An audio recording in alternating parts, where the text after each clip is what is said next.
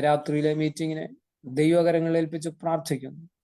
ദൈവമായ കർത്താവിന്റെ കൃപ സാന്നിധ്യം കൂടിയിരിക്കേണ്ടതിനായി പ്രാർത്ഥിക്കുന്നു പിതാവേ. ഇന്നത്തെ മീറ്റിംഗ് ഏറ്റവും ധന്യകരമായി തീരുവാൻ സ്വർഗമിടയാക്കണം. ഈ ബൈബിൾ ക്ലാസ്സിൽ പങ്കെടുക്കുന്ന ഓരോരുത്തരെയും കർത്താവിന്റെ കരങ്ങളിൽ ഏൽപ്പിച്ച് പ്രാർത്ഥിക്കുന്നു. ദൈവം സഹായിക്കണം, അനുഗ്രഹിക്കണമേ കർത്താവെ.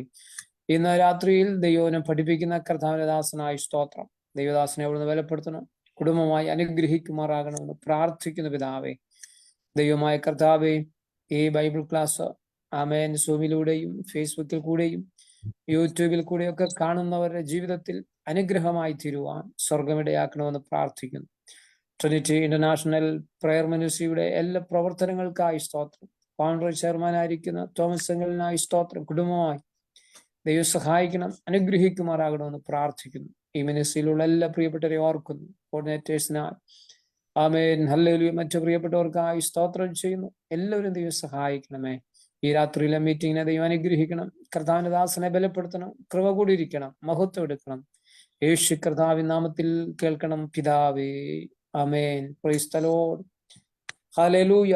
കർത്താവിന്റെ പരിശുദ്ധമായ നാമം ഈ സമയം വാഴ്ത്തപ്പെടുമാറാകട്ടെ. ട്രിനിറ്റി ഇന്റർനാഷണൽ പ്രയർ മിനിസ്ട്രിയുടെ സൂം പ്ലാറ്റ്ഫോമിൽ ഒരുമിച്ച് ദൈവവചനം ചിന്തിക്കുവാൻ കർത്താവ് ഒരുക്കിയ നല്ല അവസരങ്ങൾക്കായി സ്തോത്രം ചെയ്യുന്നു. ഇന്നത്തെ മീറ്റിംഗിൽ പങ്കെടുക്കുന്ന എല്ലാവരെയും ഓർത്ത് ദൈവത്തെ സ്തുതിക്കുന്നു. കർത്താവ് എല്ലാവരെയും ധാരാളമായി അനുഗ്രഹിക്കട്ടെ. അതുപോലെ തന്നെ ഇന്ന് ക്ലാസ് എടുക്കുന്ന കർത്താവിന്റെ ദാസൻ സുരേഷ് മാസ്റ്ററെ ഓർത്ത് ദൈവത്തെ സ്തുതിക്കുന്നു. ദൈവമായ കർത്താവ് അവിടുന്ന് കൂട്ടിവരുത്തിയല്ലോ. ഈ രാത്രിയിൽ ദൈവം ബലപ്പെടുത്തട്ടെ. ബലപ്പെടുത്തുവാൻ നമുക്ക് ദൈവസന്നിധിയിൽ പ്രാർത്ഥിക്കാം, പ്രാർത്ഥനയോടെ ആയിരിക്കാം. തുടർന്നുള്ളതായ സമയങ്ങൾ കർത്താവിന്റെ ദാസനെ ആമേൻ ദൈവനെ പഠിപ്പിക്കുവാനായി സ്വാഗതം ചെയ്യുന്നു. ദൈവം ധാരാളമായി അനുഗ്രഹിക്കട്ടെ. ആമേൻ. സ്തോത്രം. നാമം വാഴ്ത്തപ്പെടുമാറാകട്ടെ. നമുക്ക് കർത്താവ് പ്രകാരം വളരെ മനോഹരമായ ഒരു സമയം കൂടെ, ഒരു ദിവസം കൂടെ നമുക്ക് നൽകിയതിനാൽ കർത്താവിനെ സ്തുതിക്കുന്നു, സ്തോത്രം ചെയ്യുന്നു. കഴിഞ്ഞ ആഴ്ചയിൽ ക്ലാസ് തീർന്ന സമയത്ത് ഞാൻ ഓർപ്പിച്ചിരുന്നു, തിരുവചനത്തിന്റെ പഠനത്തോട് ബന്ധപ്പെട്ട് ഏറ്റവും പ്രാധാന്യമുള്ള ഒരു വിഷയമാണ് കാലഗണന അല്ലെങ്കിൽ ക്രോണോഗ്രാഫി എന്നുള്ളത്. നമുക്കൊക്കെ വളരെ താല്പര്യം, അതിനെക്കുറിച്ച് പഠിക്കുമ്പോൾ വളരെ താല്പര്യം ഉള്ളതും ഉണ്ടാകേണ്ടതുമായ വളരെ പ്രധാനപ്പെട്ട വിഷയം. അതല്പം വിശദമായിട്ടൊന്ന് പഠിക്കാനാണ് കർത്താവിൽ ശരണപ്പെട്ട് ഞാൻ ആഗ്രഹിക്കുന്നത്. അതുകൊണ്ട് തന്നെ ഈ കാലഗണന എന്ന നമ്മുടെ ഈ ക്ലാസ് അത് തീരുന്നത് വരെ ശ്രദ്ധയോടെ പഠിക്കുകയും നിശ്ചയമായും അതിന്റെ ചില ഭാഗങ്ങളിലേക്ക് വരുമ്പോൾ ചില സംശയങ്ങളോ ഒക്കെ ഉണ്ടാകാനുള്ള സാധ്യതയുണ്ട്. അതൊക്കെ ചോദിച്ചു അതെല്ലാം ഉറപ്പുവരുത്തി മുന്നോട്ട് പോകണമെന്ന് ഞാൻ ആശിക്കുന്നു. കർത്താവ് നമ്മെ ഏവരെയും, നാളെ കേൾക്കുന്ന ഏവരെയും കർത്താവ് അനുഗ്രഹിക്കട്ടെ. നിശ്ചയമായും എന്നായാലും അതിനെക്കുറിച്ച് ചോദിക്കാനും ഒക്കെയുള്ള സാവകാശവുമുണ്ട്. ക്രോണോഗ്രാഫി അല്ലെങ്കിൽ കാലഗണന എന്നൊരു വിഷയം പഠിക്കുമ്പോൾ അത് മനുഷ്യനുമായി ബന്ധപ്പെട്ട വിഷയമായതുകൊണ്ട് മനുഷ്യനെ കുറിച്ച് നമുക്ക് ക്ലാസ് ആരംഭിക്കാം. മനുഷ്യൻ എന്നതിനെ വിശുദ്ധ ബൈബിൾ നൽകുന്ന നിർവചനവും അതിൻ്റെ ആധികാരികതയോടുകൂടിയ പ്രയോഗങ്ങളും ഒക്കെ നമുക്ക് അല്പം വിശദമായിട്ട് പഠിച്ച് കാലഗണനയിലേക്ക് നമുക്ക് വരാം. മനുഷ്യനെ കുറിക്കുന്നതിന് വിശുദ്ധ ബൈബിൾ, വിശുദ്ധ ഗ്രന്ഥം പ്രധാനമായിട്ട് 6 വാക്കുകളാണ് ഉപയോഗിച്ചിരിക്കുന്നത്. അതിൽ പഴയ നിയമത്തിൽ 4 വാക്കുകൾ എബ്രായ ഭാഷയിൽ ഉപയോഗിച്ചിട്ടുണ്ട്. വളരെ അധികം ഒരു വേദപഠിതാവിനെ സംബന്ധിച്ചിടത്തോളം വളരെ പ്രാധാന്യമർഹിക്കുന്ന ഒരു കാര്യമാണ് മനുഷ്യൻ എന്ന അർത്ഥത്തിൽ മനുഷ്യനെ സംബോധന ചെയ്തുകൊണ്ട് പഴയ നിയമത്തിലെ 4 വാക്കുകൾ. അത് ആദാം, ഈഷ്, എനോഷ്, ഗബർ. ഈ 4 വാക്കുകളാണ് മനുഷ്യനെ കുറിക്കുവാൻ പഴയ നിയമത്തിൽ എബ്രായ ഭാഷയിൽ ഉപയോഗിച്ചിരിക്കുന്നത്. ഈ 4 വാക്കുകളും വ്യത്യസ്ത നിലയിൽ ആണ് പ്രയോഗിച്ചിരിക്കുന്നത്. ഒരു വാക്ക് പോലും മാറിയും തിരിഞ്ഞും പ്രയോഗിച്ചിട്ടില്ല. വേദപുസ്തകം ആത്മാർത്ഥമായി വ്യക്തിപരമായി പഠിക്കണമെന്ന് ആഗ്രഹിക്കുന്ന, പരീക്ഷ എഴുതി മാർക്ക് മേടിക്കാൻ വേണ്ടിയല്ല, വ്യക്തിപരമായി വിശുദ്ധ ഗ്രന്ഥം പഠിക്കണമെന്ന് ആഗ്രഹിക്കുന്നവർക്ക് വളരെ പ്രചോദനം നൽകുന്ന ഒന്നാണ് ഈ വാക്കുകൾ പ്രയോഗിച്ചിരിക്കുന്ന ഭാഗങ്ങളെ കൂട്ടിയോജിപ്പിച്ച് പഠിക്കുന്നത്. പഴയ നിയമത്തിലെ 4 പ്രയോഗം: ആദാം, ഈഷ്, എനോഷ്, ഗബർ. ഈ 4 പ്രയോഗങ്ങൾ കൂടാതെ പുതിയ നിയമത്തിൽ 2 വാക്കുകളാണ് പ്രധാനമായും പ്രയോഗിച്ചിരിക്കുന്നത്. അത് ആന്ത്രോപോസ് എന്നും അനീർ എന്നും 2 വാക്കുകളാണ് ഗ്രീക്ക് ഭാഷയിൽ മനുഷ്യനെ കുറിക്കുവാൻ പുതിയ നിയമത്തിൽ പ്രയോഗിച്ചിരിക്കുന്നത്. ഈ മനുഷ്യനെ കുറിക്കുന്ന പ്രധാനമായ എബ്രായ പദം ആദാം എന്ന് തന്നെയാണ്. മനുഷ്യനെ കുറിക്കുന്ന പദം, അതിന്റെ അർത്ഥം ചെമ്മണ്ണ് എന്നാണ്. 3 പ്രധാനപ്പെട്ട ആശയങ്ങളിലാണ് ആദാം എന്ന പദം വിശുദ്ധ ബൈബിൾ പ്രയോഗിച്ചിരിക്കുന്നത്. അതിൽ ഒന്ന്, അതൊരു സംജ്ഞാനാമമായിട്ടാണ് അതിനെ പ്രയോഗിച്ചിരിക്കുന്നത്. അത് ആദ്യ മനുഷ്യന്റെ പേരാണ്. ലൂക്കോസ് സുവിശേഷം 3-ാം അധ്യായത്തിന്റെ 38-ാം വാക്യത്തിലും, റോമാലേഖനം 5:14-ലും, 1 കൊരിന്ത്യർ ലേഖനം 15:45-ലും, 1 തീമോഥെയോസിന്റെ പുസ്തകം 2:13-14 വാക്യങ്ങളിലുമൊക്കെയും അത് ആദ്യത്തെ മനുഷ്യന്റെ പേരായിട്ടാണ് പ്രയോഗിച്ചിരിക്കുന്നത്. രണ്ടാമത്തെ ആശയം അതൊരു സാമാന്യ നാമമായിട്ടാണ്. അത് സ്ത്രീയെയും പുരുഷനെയും കൂടെ ഉൾക്കൊള്ളിച്ചുകൊണ്ട് പ്രയോഗിച്ചിരിക്കുന്ന ഒരു പ്രയോഗമാണ് രണ്ടാമത്തെ പ്രയോഗം, ആദാം എന്ന പേരിന്റെ പ്രയോഗം. അത് ഉൽപ്പത്തി പുസ്തകം 1-ാം അധ്യായത്തിന്റെ തന്നെ 26-27 വാക്യങ്ങൾ നമുക്ക് കാണാപ്പാടമായ വാക്യങ്ങളാണ്. വായിച്ചാൽ മനസ്സിലാകും. അതിങ്ങനെയാണ് 26-ന്റെ വാക്യം: നാം നമ്മുടെ സ്വരൂപത്തിൽ നമ്മുടെ സാദൃശ്യത്തിൽ മനുഷ്യനെ ഉണ്ടാക്കുക. അവർ സമുദ്രത്തിലുള്ള മത്സ്യത്തിന്മേലും ആകാശത്തുള്ള പർവ്വജാതിന്മേലും മൃഗങ്ങളുടെ മേലും സർവ്വഭൂമിയിലും ഭൂമിയിൽ ഇഴയുന്ന എല്ലാ ഇഴജാതിയുടെ മേലും വാഴട്ടെ എന്ന് കൽപ്പിച്ചു.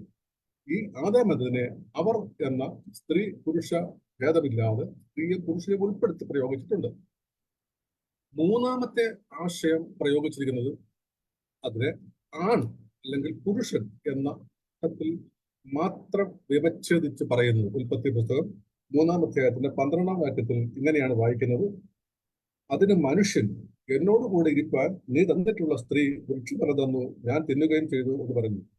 മനുഷ്യൻ എന്ന പ്രയോഗത്തെ ഇവിടെ പുരുഷൻ എന്നല്ലെങ്കിൽ ആൺ എന്ന ഒരു വിപര്യായത്തിൽ മാത്രം, അങ്ങനെ 3 ആശയങ്ങളിൽ ആദാം എന്ന പദം വിശുദ്ധ ബൈബിൾ പ്രയോഗിച്ചിട്ടുണ്ട്.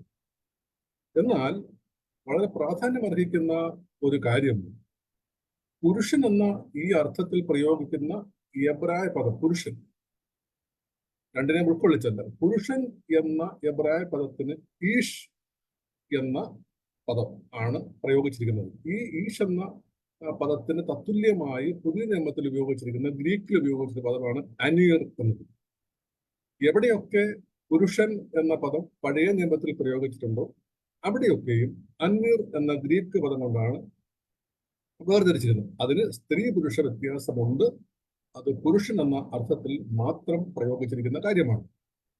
മാത്രമല്ല, അത് ഉത്തമമായ മാനസിക ഗുണങ്ങളുള്ള മനുഷ്യനെ കുറിക്കുവാൻ ഉപയോഗിക്കുന്ന പദമാണ് ഈഷ് എന്നത്. എല്ലാ മനുഷ്യനുമല്ല, ഉത്തമമായ ഗുണമുള്ള. ഇരമ്യാ പ്രവാചകന്റെ പുസ്തകം 5-ാം അധ്യായത്തിന്റെ 1-ാം വാക്യത്തിലേക്ക് വരുമ്പോൾ അതിനെ നമുക്ക് വിവച്ഛേദിച്ച് അല്ലെങ്കിൽ തിരിച്ച് അറിയത്തക്കവണ്ണം അത് രേഖപ്പെടുത്തിയിട്ടുണ്ട്. ആ 5-ാം അധ്യായത്തിന്റെ 1-ാം വാക്യം ഇരമ്യാവിന്റെ പുസ്തകം ഇങ്ങനെയാണ് വായിക്കുന്നത്: ന്യായം പ്രവർത്തിക്കുകയും വിശ്വസ്തത കാണിക്കുകയും ചെയ്യുന്നവനുണ്ടോ? ഒരുത്തനെ കാണുമോ എന്ന് യെരൂശലേമിന്റെ വീഥികളിൽ ചുറ്റി നടന്ന് അന്വേഷിക്കുകയും അതിന് വിശാല സ്ഥലങ്ങളിൽ തിരഞ്ഞ് അറിയുകയും ചെയ്യുകയും കണ്ടു എങ്കിൽ ഞാൻ അതിനോട് ക്ഷമിക്കും. ഇവിടെ പുരുഷൻ അല്ലെങ്കിൽ ഉത്തമമായ പുരുഷൻ, ഉത്തമനായ പുരുഷനെ കുറിക്കുവാൻ മാത്രം പ്രയോഗിച്ചിട്ടുള്ള പദമാണ് ഈഷ് എന്ന പദം. അതിന് തത്തുല്യമായ അനീർ എന്ന രണ്ട് പദവും പുതിയ നിയമത്തിലും പഴയ നിയമത്തിലും അർത്ഥവ്യത്യാസമില്ലാതെ വണ്ണം ഉത്തമമായ, യോഗ്യമായതിനെ കുറിക്കുവാൻ മാത്രം ഉപയോഗിച്ചിട്ടുള്ള പദമാണ്. എന്നാൽ എനോഷ് എന്ന പദം, ഈ 4 പദങ്ങളിൽ മൂന്നാമത്തേതായ എനോഷ് എന്ന എബ്രായ വാക്ക് ഉൽപ്പത്തി പുസ്തകം മുതൽ എവിടെയെല്ലാം പ്രയോഗിച്ചിട്ടുണ്ടോ അവിടെയൊക്കെ ദുർബലനായ അല്ലെങ്കിൽ ഉത്തമമായ മാനസിക അനുഭവത്തിൽ തികഞ്ഞിരിക്കാത്ത മനുഷ്യൻ, ദുർബലൻ, മർത്യൻ, മരണവിധേയൻ അല്ലെങ്കിൽ മൃത്പ്രാണത്യേക എന്ന അർത്ഥത്തിൽ മരണവിധേയനായ മർത്യൻ എന്ന ആശയത്തിൽ മാത്രമേ എനോഷ് എന്ന പദം എബ്രായ വാക്കിൽ പഴയ നിയമത്തിൽ ഉപയോഗിച്ചിട്ടുള്ളൂ. അതുപോലെ തന്നെ ഈ 4ാമത്തെ പ്രയോഗമായ ഗവർ എന്ന് ഉൽപ്പത്തി പുസ്തകം മുതൽ മലാഖി പുസ്തകം വരെയുള്ള എബ്രായ പഴയ നിയമത്തിൽ ഗവർ എന്ന പദത്തിൽ മനുഷ്യൻ എന്ന് വിവർത്തനം ചെയ്തിരിക്കുന്നതൊക്കെയും ഒരു മാനുഷിക ശക്തിയുമായി ബന്ധപ്പെട്ട് മനുഷ്യനെ കുറിക്കാൻ മാത്രമേ ഉപയോഗിച്ചിട്ടുള്ളൂ. മാനുഷിക ശക്തിയുടെ പ്രകടമായ ഭാഗം വിവരിക്കുന്ന ഇടങ്ങളിലൊക്കെയും മനുഷ്യനെ ഗവർ എന്ന പദത്തിലാണ് പഴയ നിയമത്തിൽ രേഖപ്പെടുത്തപ്പെട്ടിരിക്കുന്നത്. അങ്ങനെ ഈ പഴയ നിയമത്തിലെ 4 വാക്കുകൾ ആദാം, ഈഷ്, എനോഷ്, ഗവർ, ഈ 4 വാക്കുകളും ഒരിടത്ത് പോലും ഒരു വ്യത്യാസം വരാതെ കൃത്യമായി ആ പ്രയോഗങ്ങൾ വ്യത്യസ്ത രീതിയിൽ തന്നെ പ്രയോഗിച്ചിട്ടുണ്ട്. അതുപോലെ തന്നെ പുരുഷനെ സ്ത്രീയിൽ നിന്ന് വേർതിരിച്ചറിയുന്നു. ഉദാഹരണമായി പുരുഷന്റെ വസ്ത്രം സ്ത്രീയുടെ പുരുഷന്റെ വസ്ത്രം പുരുഷൻ ധരിക്കരുതെന്നുള്ള ആവർത്തന പുസ്തകം 22:6 വാക്യം. അതുപോലെ തന്നെ കുട്ടികളിൽ നിന്ന് പുരുഷനെ വേർതിരിക്കുന്ന അതിന് നമുക്ക് ഉദാഹരണം കാണാൻ കഴിയുന്നത് ഇസ്രായേൽ മക്കൾ കുട്ടികൾ ഒഴികെ ഏകദേശം 6 ലക്ഷം പുരുഷന്മാർ കാൽനടയായി റമസേസിൽ നിന്ന് സുക്കോത്തിലേക്ക് യാത്ര പുറപ്പെട്ടു എന്ന് പുറപ്പാടിന്റെ പുസ്തകം 12-ാം അധ്യായത്തിന്റെ 37-ാം വാക്യത്തിൽ വ്യാവർത്തിക്കുന്നുണ്ട്. ഈ അവസ്ഥയിൽ വേർതിരിക്കുന്ന ഭാഗങ്ങളിൽ ആണ് ഈ ഗവർ എന്ന അല്ലെങ്കിൽ മാനുഷിക ശക്തിയുമായി ബന്ധപ്പെട്ട് പ്രയോഗിച്ചിരിക്കുന്നിടത്തൊക്കെ ഗവർ എന്ന പദം മാത്രമേ ഉപയോഗിച്ചിട്ടുള്ളൂ. എന്നാൽ അതുപോലെ തന്നെ പദ്യപുസ്തകങ്ങളായിരിക്കുന്ന പഴയ നിയമത്തില് എല്ലാ ഭാഗങ്ങളിലും ഗവർ എന്ന പദം മാത്രമേ ഉപയോഗിച്ചിട്ടുള്ളൂ. സങ്കീർത്തന പുസ്തകം അതിന്റെ 14:10, 22:22, സങ്കീർത്തന പുസ്തകം തന്നെ 34:8, 40:4, സദൃശ്യവാക്യം 6:34. അങ്ങനെ ആ പദ്യ പുസ്തകങ്ങളിലൊക്കെ ഗവർ എന്ന പദം കൊണ്ടാണ് മനുഷ്യന്, കാരണം മനുഷ്യന്റെ മാനുഷിക ശക്തിയുമായി ബന്ധപ്പെട്ട വിഷയങ്ങളാണ് ഈ പദ്യ പുസ്തകങ്ങളിലൊക്കെ പ്രതിപാദിക്കുന്നത് എന്നതുകൊണ്ട് ഇവിടൊക്കെ ഗവർ എന്ന പദം മാത്രമേ പ്രയോഗിച്ചിട്ടുള്ളൂ. ധാരാളം ഭാഗങ്ങൾ സദൃശ്യവാക്യത്തിന്റെ 6:34 അത് വ്യക്തമായിട്ട് കാണാൻ കഴിയും. അതുപോലെ തന്നെ മനുഷ്യനോട് ബന്ധപ്പെട്ട് മറ്റ് അനേക എബ്രായ പദങ്ങൾ പഴയ നിയമത്തിൽ ഉണ്ട്. മനുഷ്യനോട് ബന്ധപ്പെട്ട് മനുഷ്യൻ എന്ന പ്രയോഗത്തിനല്ല, മനുഷ്യനോട് ബന്ധപ്പെട്ട അനേക എബ്രായ പദങ്ങൾ ഉണ്ട്. ഇപ്പൊ ഉദാഹരണത്തിന് യജമാനൻ എന്നതിന് ബാൽ എന്ന എബ്രായ വാക്ക് ആണ് കൊടുത്തിട്ടുള്ളത്. അതുപോലെ ദേഹി എന്നതിന് നെഫെഷ് എന്ന വാക്കാണ് കൊടുത്തിരിക്കുന്നത്. അതുപോലെ വീരൻ, അതിന് ഗിബോർ അല്ലെങ്കിൽ വീരൻ. ദുഷ്ടനെ കുറിക്കുവാൻ എബ്രായ ഭാഷയിൽ റാഷ എന്ന വാക്കാണ് കൊടുത്തിരിക്കുന്നത്.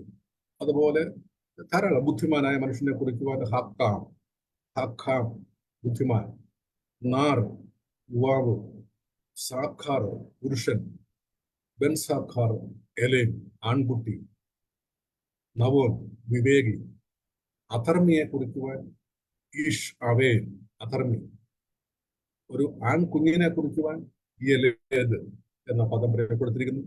വൃദ്ധനെ കുറിക്കുവാൻ സാഖേൻ എന്നാൽ വൃദ്ധൻ, നീതിമാൻ നീതിമാൻ, ആഷിർ ധനവാൻ, പീഡിപ്പിക്കപ്പെടുന്ന ഒരു മനുഷ്യൻ, പീഡിതനായ മനുഷ്യനെ കുറിക്കുവാൻ ആനി. അങ്ങനെ മനുഷ്യനെ കുറിക്കുന്ന, മനുഷ്യനോട് ബന്ധപ്പെട്ടിരിക്കുന്ന അവന്റെ പദവിയോടും അവന്റെ ഉത്തരവാദിത്വത്തോട് ബന്ധപ്പെട്ട് അനേകമായ പദങ്ങൾ നമുക്ക് ലഭിച്ചിട്ടുണ്ട്, നൽകിയിട്ടുണ്ട്. അതിൻ്റെയൊക്കെ പ്രയോഗങ്ങൾ പഠിക്കാനാണ് നാം പോകുന്നത്. അതുപോലെ തന്നെ മനുഷ്യനെ കുറിക്കുന്ന ഗ്രീക്ക് പദങ്ങൾ നാം ചിന്തിച്ചു. അത് ആന്ത്രോപ്പോസ് എന്ന് പറഞ്ഞാൽ നരന്റെ മുഖമുള്ള എന്നർത്ഥമാണ്. അതുപോലെ അനിയർ, പുരുഷൻ എന്ന 2 വാക്കുണ്ട്. എന്നാൽ മനുഷ്യന്റെ വ്യത്യസ്ത അവസ്ഥകളെ കുറിക്കുവാൻ 7 പദങ്ങൾ പുതിയ നിയമത്തിൽ പ്രയോഗിച്ചിട്ടുണ്ട്. മനുഷ്യന്റെ 7 അവസ്ഥകളെ കുറിക്കുന്ന 7 പദങ്ങൾ. ശിശുവിനെ കുറിക്കുവാൻ പൈഡിയോൻ എന്ന വാക്കാണ് പുതിയ നിയമത്തിൽ ഗ്രീക്കിൽ കൊടുത്തിരിക്കുന്നത്. പഴയ കാലത്തെ ഗ്രാമീണ ഭാഷയിൽ പ്രയോഗിച്ചിരിക്കുന്ന ഗ്രീക്ക്, ക്ലാസിക്കൽ ഗ്രീക്ക് അല്ല, അന്നത്തെ ഗ്രാമീണ അല്ലെങ്കിൽ സാമാന്യ ജനം ഉപയോഗിച്ചിരിക്കുന്ന ഭാഷയിൽ. അതുപോലെ ബാലൻ, പൈസ്, കുമാരൻ, മൈരാഥിയോൻ, കുമാരൻ, നെയാസ്കോസ്, യുവാവ്, അനീർ, പുരുഷൻ, പ്രസ്ബ്യൂട്ടീസ്, മൂപ്പൻ, ഗരോൻ, വൃദ്ധൻ. അങ്ങനെ മനുഷ്യന്റെ 7 അവസ്ഥകൾ, ശിശു, ബാലൻ, കുമാരൻ, യുവാവ്, പുരുഷൻ, മൂപ്പൻ, വൃദ്ധൻ. ഈ മനുഷ്യന്റെ 7 അവസ്ഥകൾ, അവന്റെ ശാരീരിക അവസ്ഥകളെ കുറിക്കുവാൻ 7 വ്യത്യസ്ത പേരുകൾ നൽകിയിട്ടുണ്ട് പുതിയ നിയമത്തിൽ. ഈ പ്രയോഗങ്ങളൊക്കെ നമ്മൾ എന്തിനാണ് പഠിക്കുന്നതെന്ന് ആണ്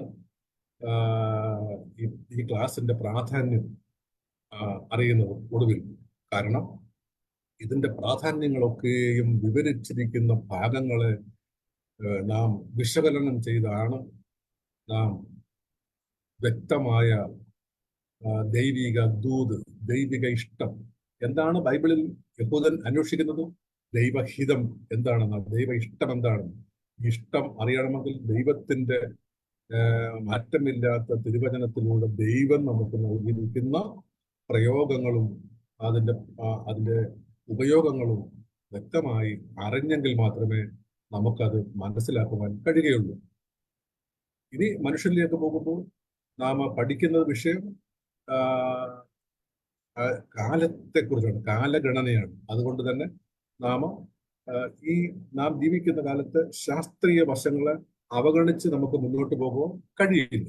അതുകൊണ്ട് തന്നെ ജന്തുശാസ്ത്രം, സുവോളജി, ഈ സുവോളജി മനുഷ്യന് നൽകിയിട്ടുള്ള സാങ്കേതിക പദമാണ് ഹോമോസാപ്പിയൻസ്. നമ്മുടെ ക്ലാസ്സിൽ സുവോളജി പഠിക്കുന്നവരും ഒരുപക്ഷെ സുവോളജി പഠിപ്പിക്കുന്ന അധ്യാപകരോ പ്രൊഫസർമാരോ ഒക്കെ ഉണ്ടാകാം. സുവോളജി, ജന്തുശാസ്ത്രത്തിൽ മനുഷ്യൻ നൽകിയിരിക്കുന്ന പേരാണ് ഹോമോസാപ്പിയൻസ്. മാത്രമല്ല, മനുഷ്യൻ നട്ടെല്ലുള്ള ജീവികൾ അല്ലെങ്കിൽ നട്ടെല്ലികൾ എന്ന ജന്തുമണ്ഡലത്തിൽ, നട്ടെല്ലുള്ള ജന്തുക്കളിൽ, ആ ജന്തുക്കളുടെ മണ്ഡലത്തിൽ ഫൈലം കോർഡിനേറ്റായില് നട്ടെല്ലുള്ള ജീവികളിൽ തന്നെ, ഈ നട്ടെല്ലുള്ള ജീവികളിൽ തന്നെ സസ്തനികൾ എന്ന വിഭാഗം, സസ്തനി അതായത് പ്രസവിച്ച് വംശവർധന വരുത്തുന്ന ജീവികൾ, സസ്തനികൾ അല്ലെങ്കിൽ മമാലിയ ക്ലാസ്. ഈ സസ്തനി എന്ന ക്ലാസ്സില് പ്രൈമേറ്റ് എന്ന ഗോത്രം അല്ലെങ്കിൽ പ്രൈമേറ്റ് ഓർഡറിൽ, പ്രൈമേറ്റ് എന്ന ഗോത്രത്തിൽ, ഈ ഗോത്രത്തിൽ പെടുന്നതാണ് കുരങ്ങുകളും ആൾക്കുരങ്ങുകളും ഒക്കെ. ഈ ഗോത്രത്തിൽ ഹോമിനിയുടെ എന്ന കുടുംബം, ഹോമിനിയുടെ എന്ന കുടുംബത്തിനകത്ത് ഹോമോ എന്ന ഗണം അല്ലെങ്കിൽ അതിന്റെ ജെനിസിസ്, ഹോമോ ജെനിസിസിൽ സേപ്പിയൻസ് എന്ന ഒരു സ്പീഷ്യസിൽ പെടുന്ന ജീവി. ഈ ഹോമോ ജെനിസിസിലും ഈ സേപ്പിയൻസ് എന്ന സ്പീഷ്യസിലും പെടുന്നതുകൊണ്ടാണ് മനുഷ്യനെ ഹോമോസാപ്പിയൻസ് എന്ന് വിളിക്കുന്നത്. ഈ ജീവി ജാതിയിൽ പെടുന്ന ഒന്നാണ് മനുഷ്യൻ, സുവോളജി അനുസരിച്ച്, ജന്തുശാസ്ത്രം അനുസരിച്ച്. ജന്തുക്കളുമായുള്ള മനുഷ്യന്റെ ബന്ധമാണ് ജന്തുശാസ്ത്രത്തിന്റെ അംഗീകൃതമായ ഈ വിഭജന സമ്പ്രദായത്തെ വെളിപ്പെടുത്തുന്നത്. ഇതാണ് ലോകത്തെ സയൻസ് നമ്മുടെ മുമ്പിൽ വെക്കുന്ന സുവോളജി, ജന്തുശാസ്ത്രം നമ്മുടെ മുമ്പിൽ മനുഷ്യനെ സമർത്ഥിക്കുന്ന ഭാഗം. എന്നാൽ മനുഷ്യ സൃഷ്ടിയെക്കുറിച്ച് നമുക്ക് ബൈബിളിലേക്ക് തിരിയാൻ പോവുകയാണ്. അവിടെ വിശുദ്ധ ബൈബിളിൽ ഇങ്ങനെയാണ് നാം ആധികാരികമായിട്ട് വായിക്കുന്നത്. നാം നമ്മുടെ സ്വരൂപത്തിൽ, നമ്മുടെ സാദൃശ്യപ്രകാരം മനുഷ്യനെ ഉണ്ടാക്കുക. അവൻ സമുദ്രത്തിലുള്ള മത്സ്യത്തിന്മേലും ആകാശത്തിലുള്ള പർവ്വജാതിയിന്മേലും മൃഗങ്ങളിന്മേലും സർവഭൂമിയിന്മേലും ഭൂമിയിൽ ഇഴയുന്ന എല്ലാ ഇഴജാതിയിന്മേലും വാഴട്ടെ എന്ന് കൽപ്പിച്ചു. ഇങ്ങനെ ദൈവം തന്റെ സ്വരൂപത്തിൽ മനുഷ്യനെ സൃഷ്ടിച്ചു. ദൈവത്തിന്റെ സ്വരൂപത്തിൽ അവരെ സൃഷ്ടിച്ചു, ആണും പെണ്ണുമായി അവരെ സൃഷ്ടിച്ചു എന്ന ആധികാരികമായ പ്രയോഗമാണ് ഉൽപ്പത്തി പുസ്തകം 1-ാം അധ്യായം 26-27 വാക്യങ്ങളിൽ നാം കാണുന്നത്. ഇവിടെ ഒന്നുമില്ലായ്മയിൽ നിന്നും സൃഷ്ടിക്കുന്ന ഒരു സൃഷ്ടിപ്പിനെ ആണ് വിശുദ്ധ ബൈബിൾ മുന്നോട്ട് വെക്കുന്നത്. വളരെ ശ്രദ്ധിച്ച് അടുത്ത ഭാഗങ്ങൾ കേൾക്കണമേ, പഠിക്കണമേ എന്ന് ഞാൻ വീണ്ടും ആവർത്തിച്ച് ആവശ്യപ്പെടുന്നു. ഒന്നുമില്ലായ്മയിൽ നിന്ന് സൃഷ്ടിക്കുന്നതിന് എബ്രായ ഭാഷയിൽ ഉപയോഗിക്കുന്ന ഒരു പദമാണ് ബാറ എന്ന എബ്രായ വാക്ക്. ബാറ എന്ന എബ്രായ വാക്ക് ഒന്നുമില്ലായ്മയിൽ, ശൂന്യതയിൽ നിന്നും സൃഷ്ടിക്കുന്നതിന് പ്രയോഗിക്കുന്ന വാക്കാണ്. ആകാശം, ഭൂമി സൃഷ്ടിപ്പിന്റെ ഭാഗം വായിക്കുമ്പോൾ ഉൽപ്പത്തി 1:1 തിമിംഗലങ്ങളും ജീവജന്തുക്കളും ഉൾപ്പെടെയുള്ള ജീവിയെക്കുറിച്ച് കുറിക്കുവാൻ ഉൽപ്പത്തി 1:21, മനുഷ്യനെ സൃഷ്ടിയെ കുറിക്കുമ്പോൾ ഉൽപ്പത്തി 1:27. ഈ സൃഷ്ടിയെ, ഈ മനുഷ്യന്റെയും ഈ ജീവജന്തുക്കളുടെയും ഈ സൃഷ്ടിയെ കുറിക്കുന്നതിന് ബാറ എന്ന വാക്കാണ് ഉപയോഗിച്ചിരിക്കുന്നത്. അഥവാ ശൂന്യതയിൽ നിന്നും, ഒന്നുമില്ലായ്മയിൽ നിന്നും ദൈവം സൃഷ്ടിക്കുന്നതിന് പ്രയോഗിക്കുന്ന വാക്കാണ് ബാറ എന്നത്.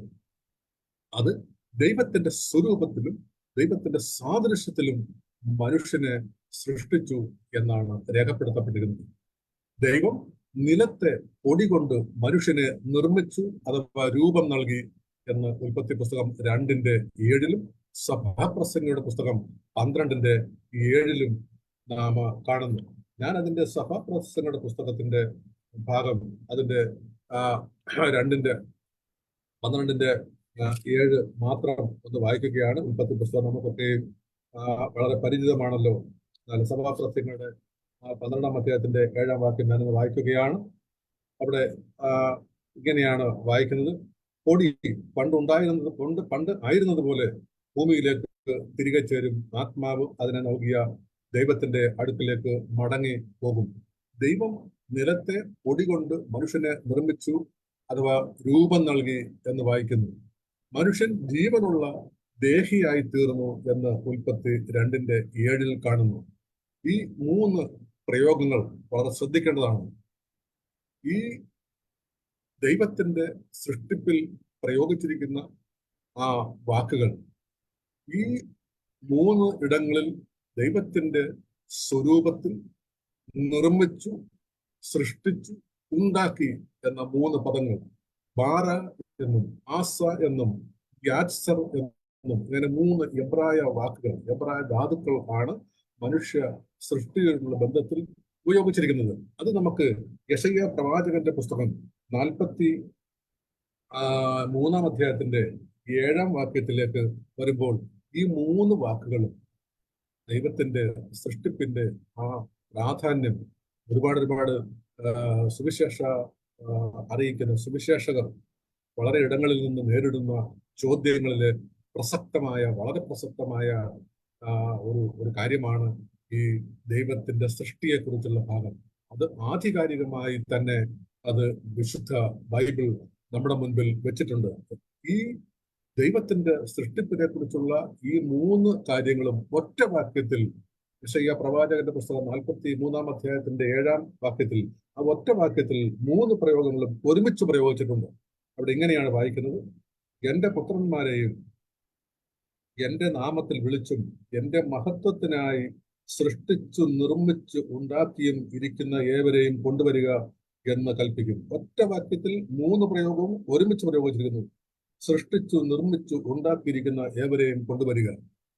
എന്റെ മഹത്വത്തിനായി സൃഷ്ടിച്ചു. ഇവിടെ ആ സൃഷ്ടിച്ചു എന്നിടത്ത് ബാറ എന്ന വാക്കാണ് ഉപയോഗിച്ചിരുന്നത്. ഒന്നുമില്ലായ്മയിൽ നിന്നും ആണ് സൃഷ്ടിപ്പ്. 2-ാമത്തെ ഭാഗം നിർമ്മിച്ചു എന്ന വാക്കാണ്. ആ നിർമ്മിച്ചു എന്ന വാക്കിന് കൊടുത്തിരിക്കുന്നത് ആസ എന്ന വാക്കാണ്. രൂപം നൽകി എന്നാണ്. ഉണ്ടാക്കി എന്ന പദമാണ് അടുത്തെഴുതിയിരിക്കുന്നത്. അതിന് എബ്രായ ഭാഷയിൽ പ്രയോഗിച്ചത് യാത്സർ എന്ന പ്രയോഗമാണ്. ഒന്നുമില്ലായ്മയിൽ നിന്നും ശൂന്യതയിൽ നിന്നും രൂപം നൽകി നിർമ്മിച്ച് ഉണ്ടാക്കി. ഒന്നുമില്ലായ്മയിൽ നിന്നും ബാറായിൽ നിന്നും ആസയിലേക്ക് യാത്സറിലേക്ക് വരികയാണ്. ഇങ്ങനെ ദൈവം മനുഷ്യനെ സൃഷ്ടിച്ചു. ഒന്നുമില്ലായ്മയിൽ നിന്നും ശൂന്യതയിൽ നിന്നും ദൈവം മനുഷ്യനെ സൃഷ്ടിച്ചു, നിർമ്മിച്ചു, ഉണ്ടാക്കി. ഉൽപ്പത്തി പുസ്തകം 1:27, 5:1, ആവർത്തനം 4:32, സങ്കീർത്തനം 104:30 തുടങ്ങിയ ഭാഗങ്ങളിൽ വിശദമായി ആ ഭാഗം രേഖപ്പെടുത്തപ്പെട്ട് നമുക്ക് നൽകിയിരിക്കുന്നു. ആ വാക്കുകളുടെ പ്രയോഗങ്ങൾ വളരെയധികം നമ്മെ സംബന്ധിച്ച് വളരെയധികം പ്രാധാന്യമർഹിക്കുന്ന ഒന്നായിരിക്കുന്നു എന്ന് നിങ്ങൾക്ക് നിശ്ചയമായും ആ ഭാഗം വായിക്കുമ്പോൾ മനസ്സിലാക്കുവാൻ കഴിയും. നിലത്തെ പൊടിയിൽ നിന്നാണ് മനുഷ്യനെ സൃഷ്ടിച്ചത് എന്ന ഉൽപ്പത്തി പുസ്തകം 1:26, 2:22, 6:6, സങ്കീർത്തനം 100:3 ഭാഗങ്ങളിലൊക്കെ ആ സൃഷ്ടിപ്പിന്റെ ആ ഭാഗത്തെ നമുക്ക് കാണുവാൻ കഴിയുന്നു. അതുപോലെ തന്നെ ദേഹത്തെ സംബന്ധിച്ചിടത്തോളം മനുഷ്യൻ പൊടിയിൽ നിന്ന് നിർമ്മിക്കപ്പെട്ടവനാണ്. ആസ, നിർമ്മിക്കുക എന്ന വാക്കാണ് അവിടെ കൊടുത്തിരിക്കുന്നത്. മനുഷ്യൻ പൊടിയിൽ നിന്ന് നിർമ്മിക്കപ്പെട്ടവനാണ്. എന്നാൽ മനുഷ്യനിലെ അഭൗമികമായ ഘടകം, അഭൗമികമായ മനുഷ്യനിലെ ഘടകം ദൈവശ്വാസത്തിൽ നിന്നും അവന് ലഭിച്ചതാണ്. ഉൽപ്പത്തി പുസ്തകം 2:7, 33 അധ്യായം യോബിന്റെ 33:4, സഭാപ്രസംഗം 12:7 നമുക്ക് കാണുവാൻ കഴിയുന്നത് മനുഷ്യനിൽ, അല്ലെങ്കിൽ അവനെ പൊടി കൊണ്ട് നിർമ്മിക്കപ്പെട്ട മനുഷ്യനിൽ ഉണ്ടാക്കപ്പെട്ടിരിക്കുന്നത്, അവനിൽ ജീവനായി അവരിൽ അടങ്ങിയിരിക്കുന്ന അഭൗമികമായ ഘടകം, ഭൗമികമല്ലാത്ത അഭൗമികമായത് ദൈവശ്വാസത്തിൽ നിന്ന് മനുഷ്യന് ലഭിച്ചതാണ്. അതാണ് മനുഷ്യന്റെ മഹത്വം. ഈ ഭാവം ആണ് മനുഷ്യന്റെ മഹത്വത്തിന്റെ, പ്രഭാവത്തിന്റെ അടിസ്ഥാനം. ദൈവം തന്റെ സ്വരൂപത്തിലും സാദൃശ്യത്തിലും മനുഷ്യനെ സൃഷ്ടിച്ചു എന്ന് ഉൽപ്പത്തി പുസ്തകം 1:27, 5:1 നിസ്സംശയം രേഖപ്പെടുത്തപ്പെട്ടിരിക്കുന്നു. സ്വരൂപത്തിന്, ഈ സ്വരൂപം എന്നതിന് സെലം എന്ന ഒരു എബ്രായ വാക്കാണ് പ്രയോഗപ്പെടുത്തിയിരിക്കുന്നത്. സെലം, സ്വരൂപം. സാദൃശ്യം എന്നതിന് ബമൂദ് എന്ന ഒരു എബ്രായ വാക്കാണ്. ബമൂദ് അല്ലെങ്കിൽ സാദൃശ്യം. ഈ സ്വരൂപത്തിലും സാദൃശ്യത്തിലും സൃഷ്ടിക്കപ്പെട്ട, ഉണ്ടാക്കപ്പെട്ട, ഇതിൽ ഉപയോഗിച്ചിരിക്കുന്ന എബ്രായ പദങ്ങൾക്ക് തമ്മിൽ വലിയ വ്യത്യാസമൊന്നും, സാരമായ വ്യത്യാസമില്ല. അവ പര്യായങ്ങളായി പലയിടത്തും പ്രയോഗിച്ചിട്ടുണ്ട്. എന്നാൽ യവന, ലത്തീൻ സഭാപിതാക്കന്മാർ, ഗ്രീക്ക്, ലത്തീൻ സഭാപിതാക്കന്മാർ ഈ രണ്ട് പ്രയോഗങ്ങളെ ഗ്രീക്കിൽ ഐഗോൻ എന്നും ലത്തീൻ ഭാഷയിൽ ഇമാഗോ, സ്വരൂപം എന്നും ഈ ദൈവത്തിന്റെ ഈ സ്വരൂപത്തെ കൊടുത്തതിനെ അത് ദൈവ സാദൃശ്യത്തിന്റെ ഭൗതികമായ വശമായിട്ടാണ് അതിനെ കാണുന്നത്. എന്നാൽ ഈ സാദൃശ്യത്തെ കൊടുത്തിരിക്കുന്ന ഗ്രീക്ക് പദം ഹോമോയിസോസിസ്, സാദൃശ്യം, ഇതിനെ ദൈവത്തിന്റെ നൈതികമായ വശമായിട്ടാണ് വ്യാഖ്യാനിക്കുന്നത്. രണ്ട് പദപ്രയോഗങ്ങൾ, സാദൃശ്യം ദൈവത്തിന്റെ ഭൗതിക വശമായും അപ്പോൾ തന്നെ അതിന്റെ നൈതിക വശമായി ആ സ്വരൂപത്തെ വ്യാഖ്യാനിച്ചിരിക്കുന്നു. ദൈവത്തിന്റെ സാദൃശ്യം എന്താണെന്ന് വ്യക്തമാക്കുക പ്രയാസമാണ്, മനുഷ്യർക്ക് അസാധ്യമാണ്. അതിന് രൂപമോ അല്ലെങ്കിൽ അതിന് നിവർന്നു നിൽക്കാനുള്ള കഴിവോ ഒന്നുമല്ല. കാരണം ദൈവത്തിന് ശരീരമില്ല, ദൈവം ആത്മാവാണ്. പക്ഷെ പിന്നെന്താണ് സാദൃശ്യം? അത് ദൈവത്തിന്റെ ആത്മപ്രകൃതിയാണ്. ദൈവസ്വരൂപം എന്നത് ഒരിക്കലും മൂർത്തമല്ല. ദൈവം തന്റെ സ്വരൂപത്തിൽ സൃഷ്ടിച്ചു എന്ന് പറയുമ്പോൾ ദൈവത്തിന്റെ സ്വരൂപം മൂർത്തമല്ല. കാരണം ദൈവം ആത്മാവാണ്. ആത്മാവിന്റെ ഗുണങ്ങളാണ് വിവേകം, മനസാക്ഷി, ഇച്ഛാശക്തി തുടങ്ങിയത്. ഈ ആത്മാവിന്റെ ഗുണങ്ങളാണ്, ഈ ആത്മപ്രകൃതിയാണ് അതിന്റെ സ്വരൂപം.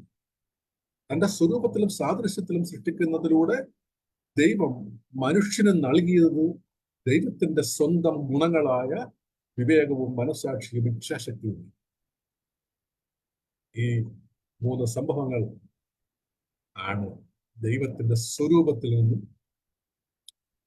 സുവോളജിക്കലിനപ്പുറമായി മനുഷ്യനിൽ അഭൗമികമായി പ്രവർത്തിക്കുന്ന ആ ദൈവത്തിന്റെ ആത്മപ്രകൃതിയുടെ ഗുണങ്ങൾ, വിവേകവും മനസ്സാക്ഷിയും ഇച്ഛാശക്തിയും. ദൈവ സാദൃശ്യത്തിലൂടെ മനുഷ്യന് തന്റെ സൃഷ്ടാവായ ദൈവത്തോട് ബന്ധപ്പെടുവാൻ കഴിയുന്നു. കാരണം മനുഷ്യനെ സൃഷ്ടിച്ചിരിക്കുന്നത് ദൈവത്തിന്റെ സ്വരൂപത്തിലാണ്. ഈ സ്വരൂപത്തിലുള്ള സൃഷ്ടിയുടെ ഭാവമാണ് ദൈവത്തോട് ബന്ധപ്പെടുവാൻ അവന് പ്രാപ്തി നൽകുന്നത്. ദൈവ സാദൃശ്യം പാപത്താൽ നഷ്ടപ്പെട്ടു. എന്നാൽ പുതുജനനത്തോടുകൂടി സൃഷ്ടാവിന്റെ പ്രതിമ പ്രകാരം ഒരു പുതിയ മനുഷ്യനെ നാം ധരിക്കുന്നു എന്ന കൊലോസ്യ ലേഖനം 3-ാം അധ്യായത്തിന്റെ 10-ാം വാക്യത്തിലും എഫേസ്യ ലേഖനം 4:24 ഒക്കെയും കാണുന്നു.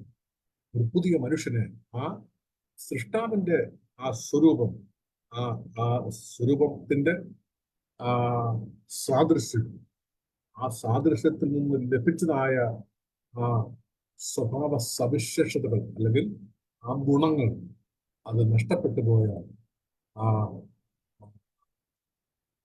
ദൈവത്തിൻ്റെതായ വിവേകവും മനസാക്ഷിയും ഇച്ഛാശക്തിയും ഒക്കെ, ഇത് പൊതുജനനത്തോടുകൂടി മനുഷ്യന് അത് മടക്കി ലഭിക്കുകയാണ്. ആ മടക്കി ലഭിക്കുന്ന ഭാഗം കൊലോസ്യ ലേഖനം അതിന്റെ 3-ാം അധ്യായത്തിലെ 10-ാം വാക്യത്തിലേക്ക് വരുമ്പോൾ ഇങ്ങനെയാണ് വായിക്കുന്നത്: തന്നെ സൃഷ്ടിച്ചവന്റെ പ്രതിമ പ്രകാരം പരിജ്ഞാനത്തിനായി പുതുക്കം പ്രാപിക്കുന്ന പുതിയ മനുഷ്യനെ ധരിച്ചിരിക്കുന്നുവല്ലോ. ഒരു പുതിയ മനുഷ്യനെ ധരിച്ചിരിക്കുന്നു എന്നാണ് അതിനെ അലങ്കാര ഭാഷയിൽ പ്രയോഗിച്ചിരിക്കുന്നത്.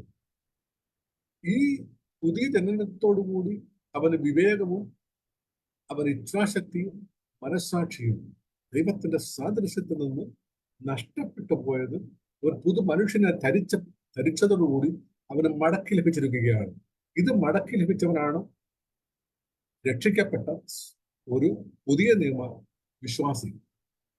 ഈ പുതിയ നിയമ വിശ്വാസിയിൽ അവൻ ഈ പുതിയ മനുഷ്യനെ ധരിച്ചിരിക്കുന്നു, അല്ലെങ്കിൽ അവൻ വീണ്ടും ജനിച്ചിരിക്കുന്നു എന്ന് അവകാശപ്പെടുമ്പോൾ ഈ 3 സവിശേഷതകളും ഈ ദൈവത്തിന്റെ ആത്മപ്രകൃതിയുടെ, ആത്മസ്വരൂപത്തിന്റെ, ആത്മസാദൃശ്യത്തിന്റെ ഈ ഭാഗം അവനിൽ വളർന്ന് പുതിയ മനുഷ്യനെ ധരിക്കുന്നതിനുകൂടി അവനിൽ അത് വളർന്ന് ഈ ദൈവപുത്രന്റെ തലയോളം അവൻ വളർന്നു വരുന്നില്ല എന്ന് ജീവിതത്തിൽ അറിയുന്നുവെങ്കിൽ, പൗലോസിന്റെ ഭാഷയിൽ പറഞ്ഞ നിങ്ങൾ വിശ്വാസത്തിൽ ഇരിക്കുന്നുവോ എന്ന് നിങ്ങളെ തന്നെ ശോധന ചെയ്യുവീൻ എന്ന് പറയുന്നത് പോലെ തന്നെ ഈ സവിശേഷതകൾ, വിവേകവും മനസാക്ഷിയും അതുപോലെ തന്നെ ഇച്ഛാശക്തിയും ആ ദൈവ ആത്മത്തിന്റെ സ്വരൂപത്തിന് ഒത്തവണ്ണം അത് മടക്കി ലഭിച്ചിരിക്കുന്നുവെങ്കിൽ നിങ്ങൾക്ക് ഉറപ്പായും പറയാൻ വീണ്ടും ജനിച്ച ഒരു ദൈവ പൈതൽ ആകുന്നു എന്ന്.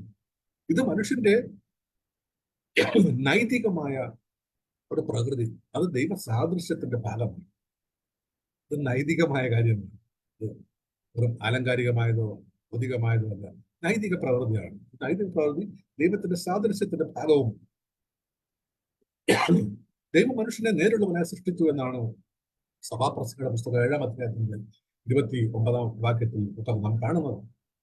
ഈ ദൈവത്തിന്റെ സാദൃശ്യം മനുഷ്യന്റെ നിത്യതയെ വെളിപ്പെടുത്തുന്ന ഒന്നാണ്. ദൈവത്തിന്റെ ഈ സാദൃശ്യം, ഈ ദൈവ സാദൃശ്യം മനുഷ്യന്റെ നിത്യതയെ വെളിപ്പെടുത്തുന്ന ഒന്നാണ്. മനുഷ്യന് അവസാനമില്ല, കാരണം അവൻ വഹിക്കുന്നത് ദൈവത്തിന്റെ സാദൃശ്യമാണ്, ദൈവത്തിന്റെ രൂപമാണ്. ആത്മാവാകുന്ന ആത്മപ്രകൃതിയുടെ ദൃശ്യ രംഗമാണ് മനുഷ്യ. അതുകൊണ്ട് തന്നെ അതിന് അവസാനമില്ല. മനുഷ്യനെ ഉന്മൂലനം ചെയ്യുവാൻ ആർക്കും കഴിയുകയുമില്ല. ഒന്നുകിൽ നിത്യ ദണ്ഡനത്തിലേക്ക്, അല്ലെങ്കിൽ നിത്യ ജീവനിലേക്ക്. അവനെ ഇല്ലായ്മ ചെയ്യുവാൻ, ഉന്മൂലനം ചെയ്യുവാൻ ഒരു സൃഷ്ടിക്കും സാധ്യമല്ല. കാരണം അവൻ വഹിക്കുന്നത് ദൈവത്തിന്റെ സാദൃശ്യം. അല്ലെങ്കിൽ നിത്യദണ്ഡനത്തിലേക്ക്, നിത്യ ശിവനിലേക്ക് അവൻ പോകുന്നു എന്ന് മത്തായി സുവിശേഷം 25-ാം അധ്യായത്തിന്റെ 46-ാം വാക്യത്തിൽ നാം കാണുന്നു. ദൈവം തന്റെ സ്വരൂപത്തിലും സാദൃശ്യത്തിലും മനുഷ്യനെ സൃഷ്ടിച്ചവനെ ഏദൻ തോട്ടത്തിലാക്കി.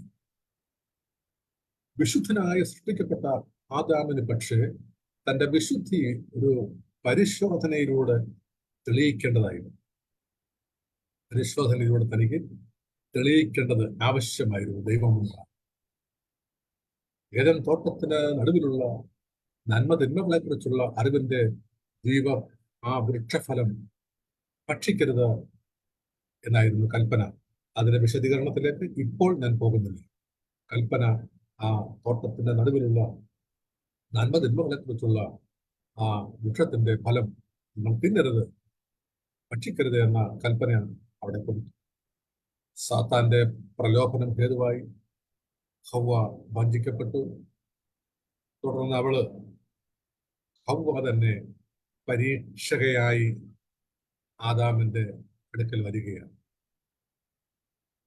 ഹവ്വയെ പരീക്ഷിക്കുന്നത് സാത്താൻ, എന്നാൽ ആദാമിനെ പരീക്ഷിക്കുന്നത് ഹവ്വയാണ്.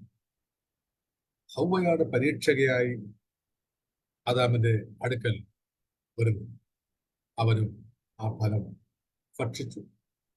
അങ്ങനെ ദൈവകൽപ്പന മനഃപൂർവ്വം ലംഘിച്ചത് ആദാമായി തീരുന്നു. ആദാമിനോടാണ് കൽപ്പന കൊടുത്തത്. അത് തനിക്ക് തക്ക തുണയായിരിക്കാൻ കൊടുത്ത സ്ത്രീയുടെ പ്രലോഭനത്തിൽ അവൻ മനഃപൂർവ്വം ആ പാപം ചെയ്തു. അങ്ങനെ മനുഷ്യവർഗം മുഴുവൻ പാപത്തിന് വിധേയമായി ഭൂമി ശപിക്കപ്പെട്ടു എന്ന് വിശുദ്ധ ഗ്രന്ഥം രേഖപ്പെടുത്തുന്നു. പാപത്തിൽ വീഴുന്നതിന് മുൻപ് ദൈവത്തിന്റെ ഒരു തേജസ്, ദൈവ തേജസ് അവരെ ആവരണം ചെയ്തിരുന്നു. പാപനിമിത്തം ഈ ദൈവ തേജസ് അവർക്ക് നഷ്ടപ്പെട്ടു എന്ന് റോമാലേഖനം 3-ാം അധ്യായത്തിന്റെ 23-ാം വാക്യത്തിൽ നാം വായിക്കും. ദൈവസന്നിധിയിൽ നിന്നും അവർ പാപം ചെയ്ത് ഈ ദൈവ തേജസ് നഷ്ടപ്പെട്ടാൽ ഈ സാദൃശ്യത്തിന്റെ ഗുണങ്ങൾ, ഈ ആത്മീക ലക്ഷണങ്ങളാകുന്ന അതിന്റെ സവിശേഷതകൾ, വിവേകത്തിന്റെയും അവന്റെ ഇച്ഛാശക്തിയുടെയും അവൻ തകർന്നുപോയ അവൻ ആ ദൈവത്തിന്റെ സന്നിധിയിൽ നിന്നും ഓടി ഒളിക്കുന്നതായി 33-ാം അധ്യായത്തിന്റെ 8, 9, 10 വാക്യത്തിൽ നാം കാണുന്നു. അങ്ങനെ ആദാമിനെ ഹവ്വയെയും തോട്ടത്തിൽ നിന്ന് പുറത്താക്കി എന്ന് രേഖപ്പെടുത്തപ്പെട്ടിരിക്കുന്നു. മാത്രമല്ല ശാരീരികമായും ആത്മീകമായും ഉള്ള മരണവും നിത്യമരണവും പാപനിമിത്തം ഉണ്ടായി. 3 തരത്തിലുള്ള മരണം: ആത്മീക മരണവും, ശാരീരിക മരണവും, നിത്യമരണവും ഈ പാപമുഖാന്തരം സംജാതമായി എന്ന് രേഖപ്പെടുത്തപ്പെട്ടിരിക്കുന്നു വിശുദ്ധ ഗ്രന്ഥത്തിൽ. ഈ വീഴ്ചയോടുകൂടി മനുഷ്യന് പാപം ചെയ്യാതിരിക്കാനുള്ള കഴിവ് നഷ്ടപ്പെട്ടു. ഏദൻ തോട്ടത്തിലെ വീഴ്ചയുടെ ഫലമായി പാപം ചെയ്യാതിരിക്കാനുള്ള കഴിവ് മനുഷ്യന് നഷ്ടപ്പെട്ടു. പാപം ചെയ്യാനുള്ള കഴിവ് പാപം ചെയ്യാതിരിക്കാനുള്ള കഴിവില്ലായ്മയായി മാറി. ഈ അവസ്ഥയാണ് പാപവാസന, ദുഷ്ടത, വഷളത്വം, മ്ലേച്ഛത എന്നിങ്ങനെയുള്ള പദങ്ങളിലൂടെ വിച്ഛേദിച്ച് നമുക്ക് നൽകുന്നത്. പാപം ചെയ്യാനുള്ള ഒരു കഴിവ്, ഈ കഴിവ് പാപം ചെയ്യാതിരിക്കാനുള്ള കഴിവില്ലായ്മയായി മാറി. ഇതാണ് മനുഷ്യന് വിവേകം എന്ന ഭാഗത്തിലൂടെ പുതു മനുഷ്യനെ ധരിച്ച പുതിയ നിയമ ഭക്തന് ലഭിച്ചിരിക്കുന്നത്. ആ അർത്ഥത്തിലാണ് യോഹന്നാന്റെ ലേഖനത്തിൽ പറയുന്നത് ദൈവത്തിന്റെ മക്കൾ പാപം ചെയ്യുന്നില്ല എന്ന്. അല്ലെങ്കിൽ വീണ്ടും ജനിച്ച ഈ ദൈവ പ്രകൃതി മടക്കി പ്രാപിച്ച പുതു മനുഷ്യനെ ധരിക്കുന്നത് പോലെ വീണ്ടും ജനിച്ച ഒരുവൻ പരിവർത്തനം ഇതാണ്. ഇത് നിങ്ങൾ കാണുന്നുണ്ട്. ഈ അന്ത്യകാല സഭയിൽ നിങ്ങളുടെ കൂട്ടു സഹോദരന്മാരും നിങ്ങളുടെ സഹവർത്തിത്വത്തിൽ ഇന്ന് ഈ സന്ദേശം കേൾക്കുന്ന നിമിഷം മുതൽ ഈ അനുഭവത്തിലേക്ക് പോലെ കണ്ണുനീരോടെ മടങ്ങി വരുവാൻ ഞാൻ നിങ്ങളെ ബുദ്ധിപദേശിക്കും. സൃഷ്ടിയുടെ മകുടമാണ് മനുഷ്യൻ. മറ്റെല്ലാ സൃഷ്ടികളും പൂർണ്ണത തേടുന്നത് മനുഷ്യനിലൂടെയാണ്. ഇതാണ് വിശുദ്ധ ബൈബിളിലെ പറയുന്നത്. ഉപദേശത്തിന്റെ കാതൽ മനുഷ്യന്റെ ആ ആ പൂർണ്ണത തേടലാണ്. മറ്റ് സൃഷ്ടികളുടെയൊക്കെയും പൂർണ്ണത തേടുന്നതിന് ഉപാധിയായിട്ടുള്ളത് മനുഷ്യൻ അവന്റെ പൂർണ്ണത തേടുന്നതിലൂടെ. പൊടിയാൽ നിയമിക്കപ്പെട്ടവനുമാകയാൽ ജീവശാസ്ത്രപരമായും ഭൗതികമായും മനുഷ്യൻ പ്രകൃതിയോട് ബന്ധപ്പെട്ടിരിക്കുന്ന ജീവിയാണ്. കാരണം അവൻ പൊടിയിൽ നിന്ന് നിർമ്മിക്കപ്പെട്ട ജീവിയാണ്. ഉൽപ്പത്തി പുസ്തകം 18:27 യോബിന്റെ പുസ്തകം 10:8-9 വാക്യങ്ങളിലും സങ്കീർത്തന പുസ്തകം അതിന്റെ 103:14 വാക്യത്തിലൊക്കെ നാം അത് വിശദമായി കാണുന്നുണ്ട്. അവൻ കേവലം ജഡമാകയാൽ മറ്റു സൃഷ്ടികളെ പോലെ ദൈവത്തെ ആശ്രയിക്കാനുള്ള ഒരു നിസ്സഹായത മനുഷ്യനുണ്ട് എന്ന് യെശയ്യാ പ്രവാചകന്റെ പുസ്തകം 2:22 അത് അവിടെ നമുക്ക് സ്പഷ്ടമായിട്ട് അങ്ങ് രേഖപ്പെടുത്തപ്പെട്ട ഒരു ഭാഗം നമുക്ക് വിശുദ്ധ ഗ്രന്ഥത്തിലൂടെ നമുക്ക് നൽകപ്പെട്ടിട്ടുണ്ട്. മൂക്കിൽ ശ്വാസമുള്ള മനുഷ്യനെ കുറിച്ചുള്ള ഒരു വാക്ക് അവിടെ പ്രയോഗിച്ച് 22-ാം വാക്യത്തിൽ യെശയ്യാവിന്റെ പുസ്തകത്തിന്റെ 2-ാം അധ്യായത്തിന്റെ 22-ാം വാക്യം, മൂക്കിൽ ശ്വാസമുള്ള മനുഷ്യനെ വിട്ടൊഴിവിൻ, അവനെ എന്ത് വിലമതിപ്പാനുള്ളൂ എന്ന ഒരു പ്രയോഗത്തിലൂടെ അവിടെ ഒതുക്കി നിർത്തിയിരിക്കുകയാണ്. മനുഷ്യൻ പ്രകൃതി നിയമങ്ങൾക്ക് വിധേയനാണെന്ന് വിശുദ്ധ ബൈബിൾ വെളിപ്പെടുത്തുന്നു. മനുഷ്യന്റെ ഭാഗധേയമാണ് ഭൂമിയെ ബാധിക്കുന്നത്. കാരണം ഈ പ്രകൃതിയുടെ എല്ലാ നിയന്താവും മനുഷ്യന്റെ ഭാഗധേയം ആണ് ഭൂമിയെ ബാധിക്കുന്നത്. അവൻ കുന്നുകൾ ഇടിച്ചു നിരത്തുന്നു. അവൻ ഈ പ്രകൃതിയുടെ പ്രതിഭാസങ്ങൾക്കൊക്കെയും ഇത് ഭൂമിയെ ബാധിക്കുന്നു എന്ന് രേഖപ്പെടുത്തപ്പെട്ടിരിക്കുന്ന വിശുദ്ധ ബൈബിളിൽ മനുഷ്യന്റെ വീഴ്ചയിലൂടെ സൃഷ്ടി മുഴുവൻ ദ്രവത്വത്തിന് വിധേയമായി എന്ന് കാണുന്നു. മനുഷ്യന്റെ ദ്രവത്വം മാത്രമല്ല, അത് മുഖാന്തരം അവന്റെ വിവേകമില്ലായ്മയിലൂടെ, മനസാക്ഷിയില്ലായ്മയിലൂടെ, ഇച്ഛാശക്തിയില്ലായ്മയിലൂടെ ഈ പ്രകൃതിയുടെ ആ അനുഭവത്തിൽ തന്നെ, പ്രകൃതിയുടെ രൂപഭാവങ്ങൾക്ക് തന്നെ അവൻ മാറ്റം വരുത്തി അത് മുഴുവൻ സൃഷ്ടിയും ദ്രവത്വത്തിന്, നാശത്തിന് വിധേയമായി തീർന്നു എന്ന് ബൈബിളിൽ രേഖപ്പെടുത്തപ്പെട്ടിരിക്കുന്നു. മനുഷ്യവർഗത്തിന്റെ അന്തിമമായ വീണ്ടെടുപ്പിന് ശേഷമാണ് സൃഷ്ടി ദ്രവത്വത്തിൽ നിന്നും മുക്തമാകുന്നത് എന്നും വിശുദ്ധ ഗ്രന്ഥം രേഖപ്പെടുത്തുന്നു. ഈ ഒരു മോചനത്തിന് വേണ്ടി സർവസൃഷ്ടിയും ഈറ്റുനോവോടെ വേദനയോടെ കാത്തിരിക്കുന്നു എന്ന് റോമാലേഖനം 8-ാം അധ്യായത്തിന്റെ 19 മുതൽ 23 വരെയുള്ള ഭാഗങ്ങളിൽ വളരെ വിശദമായി വളരെ ഖേദത്തോടുകൂടി രേഖപ്പെടുത്തപ്പെട്ടിരിക്കുന്നു. ഈ മനുഷ്യന്റെ വീണ്ടെടുപ്പിൽ പ്രപഞ്ചം ഒന്നാകെ ആഹ്ലാദിക്കുകയും തുള്ളിച്ചാടുകയും ചെയ്യുന്നു എന്ന് വിശുദ്ധ ഗ്രന്ഥം രേഖപ്പെടുത്തപ്പെട്ടിരുന്നു. യെശയ്യാ പ്രവാചകന്റെ പുസ്തകത്തിലൂടെ സകല സൃഷ്ടികളും ഈ ആഹ്ലാദത്തിൽ പങ്കുചേരുന്നു എന്ന് സങ്കീർത്തന പുസ്തകം 96:10 മുതൽ ഉള്ള ഭാഗത്തിൽ നമുക്ക് കാണാൻ കഴിയുന്നു. അതുപോലെ തന്നെ യെശയ്യാ പ്രവാചകന്റെ പുസ്തകത്തിന്റെ 35-ാം അധ്യായത്തിലും നമുക്ക് കാണുവാൻ കഴിയുന്നുണ്ട്. 96-ാം അധ്യായത്തിന്റെ 10 മുതലുള്ള വാക്യം ഞാനൊന്ന് വായിക്കുകയാണ്. യഹോവ വാഴുന്നു എന്ന് ജാതികളുടെ ഇടയിൽ പറയുവിൻ, ഭൂലോകവും ഇളകാതെ ഉറച്ചു നിൽക്കുന്നു. അവൻ ജാതികളെ നേരോടെ വിധിക്കും. ആകാശം സന്തോഷിക്കുകയും ഭൂമി ആനന്ദിക്കുകയും സമുദ്രവും അതിൽ നിറവും മുഴങ്ങുകയും ചെയ്യട്ടെ. വയലും അതിലുള്ളതൊക്കെയും ആഹ്ലാദിക്കട്ടെ. അപ്പോൾ കാട്ടിലെ സകല വൃക്ഷങ്ങളും ഉല്ലസിച്ച് ഘോഷിക്കും. യഹോവയുടെ സന്നിധിയിൽ തന്നെ അവൻ വരുന്നുവല്ലോ. അവൻ ഭൂമിയെ വിധിപ്പാൻ വരുന്നു. അവൻ ഭൂലോകത്തെ നീതിയോടും ജാതികളെ വിശ്വസ്തയോടും കൂടെ ന്യായം വിധിക്കും. യെശയ്യാ പ്രവാചകന്റെ പുസ്തകം 35-ാം അധ്യായത്തിന്റെ അധ്യായം മുഴുവനും, അതുപോലെ തന്നെ 55-ാം അധ്യായത്തിന്റെ ഭാഗങ്ങളും 22, 12, 13 ഒക്കെ വാക്യങ്ങൾ പോകുമ്പോൾ ഈ സൃഷ്ടികളൊക്കെയും ആ വീണ്ടെടുപ്പിൽ ദൈവ മനുഷ്യന്റെ വീണ്ടെടുപ്പിൽ ഓടുകൂടി സംഭവിക്കുന്ന സർവസൃഷ്ടിയുടെയും ആ പുതു സൃഷ്ടിപ്പിൽ ആനന്ദിച്ച് ആഘോഷം കൊണ്ട് തുള്ളിച്ചാടുന്നതാണ് അലങ്കാര ഭാഷയിൽ രേഖപ്പെടുത്തപ്പെട്ടിരിക്കുന്നത്. മനുഷ്യന്റെ വീണ്ടെടുപ്പോടു കൂടിയാണ് അവയും ഈ വീണ്ടെടുപ്പിന്റെ ആരംഭം, ആ വീണ്ടെടുപ്പിന്റെ ആരംഭവും അതിന്റെ ആനന്ദവും അനുഭവിക്കുന്നത് എന്ന് യെശയ്യാ പ്രവാചകന്റെ പുസ്തകം 11-ാം അധ്യായം അതൊക്കെ നമ്മൾ വളരെ ഈസി ആയിട്ട് വായിച്ചങ്ങ് വിടുന്ന ഭാഗമാണ്. യെശയ്യാ പ്രവാചകന്റെ പുസ്തകം 11-ാം അധ്യായത്തിന്റെ 6 മുതലുള്ള വാക്യത്തിലേക്ക് ഞാൻ വേഗം വരികയാണ്.